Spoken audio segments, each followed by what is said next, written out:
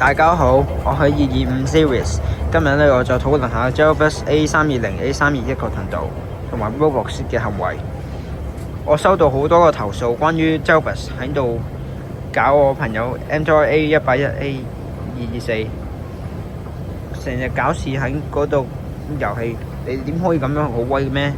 淨係咁樣做。第二，成日中意 Louis 喺度同我搞事。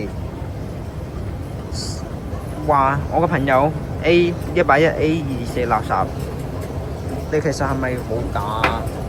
成日都話我哋第三，最後啦，就不斷喺觀塘線列車嗰度跳落去，跟住好似架巴士咁樣上層跳，跟住去路軌方向行駛。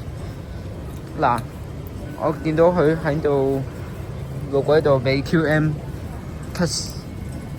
capture 佢，因為咧佢有行路軌，所以我話俾你聽，呢啲行為其實唔係巴士嚟㗎，係地鐵嚟㗎。你哋點可以咁樣玩法咧？第二次我見到佢喺度九龍灣站嗰個 Q train 上面嗰度跳上去，跟住又喺度跑落去，呢啲嘢就唔應該㗎啦。